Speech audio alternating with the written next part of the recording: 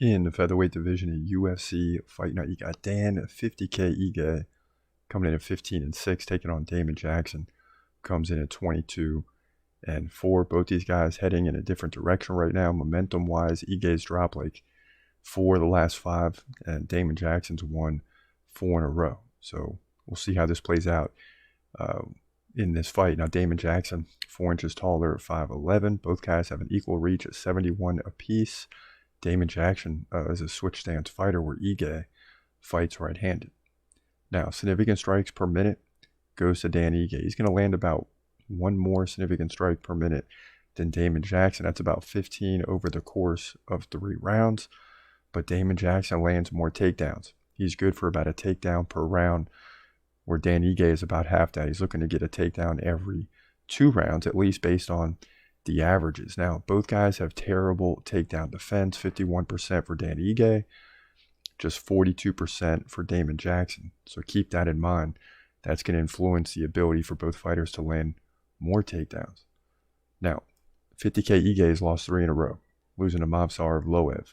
Good fighter, right? Josh Emmett fighting for the interim title. The Korean Zombie. He's lost all 3 of those by decision, but in most cases fought well, except giving up 9 takedowns to Movsarov-Loev, and that did not help the takedown defense average for sure. His last win was against Gavin Tucker, who he KO'd. He also lost to Calvin Kattar. So this is why he's getting, he's number 13 contender. This is why he's getting unranked Damon Jackson, because he's struggled a little bit lately, falling in the rankings, having trouble cracking that top 10. But Damon Jackson is on the rise, beating Pat Sabatini by KO. Dan Argueta, unanimous decision.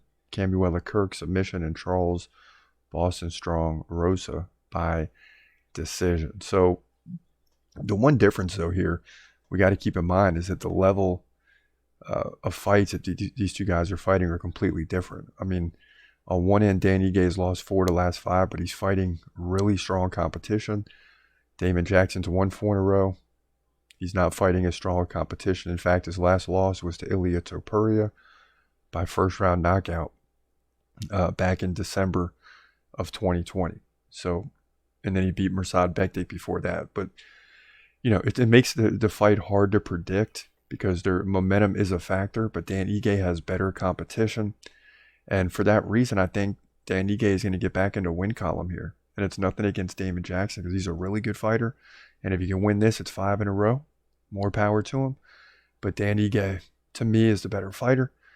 He faces tougher competition and likely will win the fight for those reasons to move to 16-6. In my opinion, likely by decision. I think these are 2 well-rounded fighters. It's going to be tough for either guy to get a finish here in the featherweight division at UFC Fight Night.